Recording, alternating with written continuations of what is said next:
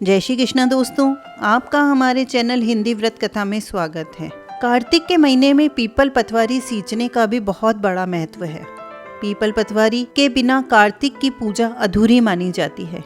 इसलिए सुबह बाकी सब जगह दीपदान करने के बाद पीपल पतवारी जरूर सींचें, दीपदान करें और पीपल पतवारी की कथा भी कहें। तो आइए सुनते हैं पीपल पतवारी की कहानी। एक गुजरी थी, उसने अपने बहू से कहा कि तू दूध दही बेच आ। तो वह दूध दही बेचने गई। कार्तिक का महीना था, वहां पर सब औरतें पीपल सींचने आती थी और वह भी बैठ गई। औरतों से पूछने लगी कि आप लोग क्या कर रहे हो? तो औरतें बोली, हम तो पीपल पतवारी सींच रहे हैं। तो उसने कहा, इससे क्या होता है? औरतों ने जवाब दिया कि इससे अन्न धन मिलता है, वर्षों से बिछड़ा हुआ पति मिल जाता है। तो उस गुजरी ने कहा कि तुम तो पानी सींच रही हो, मैं दूध दही से सींचूंगी। और बेचने के दूध दही से पतवारी और पीपल सींचाती। उसकी सास रोज कहती कि तू दूध दही बेचकर पैसे लाके दे।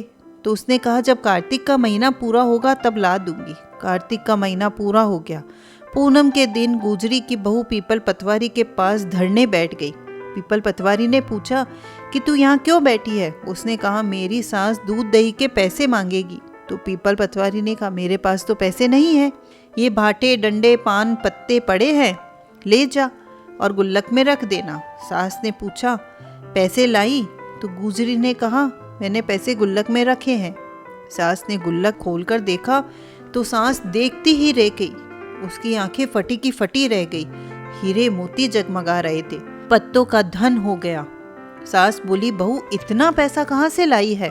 बहू ने आकर देखा तो बहुत सारा धन पड़ा था। तब गुजरी की बहू ने कहा, सासू जी, मैंने तो 1 महीना दूध दही से पीपल पतवारी सींची और उनसे धन मांगा था। उसने मुझे भाटे डंडे पत्ते दिए थे जो मैंने गुल्लक में रख दिए, वही हीरे मोती हो गए।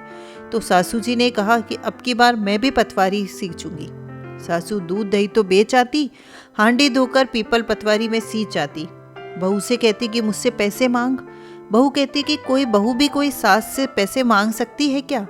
सासू जी महीने के आखिर में पीपल पतवारी पर जाकर धरने देकर बैठ गई। तो पीपल पतवारी ने भी उसे डंडे पत्ते पान भाटे दे दिए और कहा, गुल्लक में जाकर रख देना। फिर बहू ने गुल्लक खोल के देखा तो उसमें कीड़े कचरे हो रहे थे। बहू ने सास से कहा कि यह क्या है? सास देखकर बोली कि पीपल पतवारी ने तेरे को तो अन्न धन दिया और मुझे कीड़े मकोड़े दिए। तब पीपल पतवारी बोली कि बहू तो निस्वार्थ भावना से मुझे सींचती थी, तूने तो धन की भूखी होकर सींचा है। तो इसलिए हे पीपल भगवान पतवारी माता, जैसे आप बहू पर प्रसन्न हुए वैसे सब पर प्रसन्न होना। बोलिए पीपल पतवारी की जय हो। तो दोस्तों, आपको ये कहानी, ये जानकारी अच्छी लगी हो तो प्लीज़ लाइक करें, कमेंट करके हमें प्रोत्साहित करें और हमारे चैनल को सब्सक्राइब करें। धन्यवाद।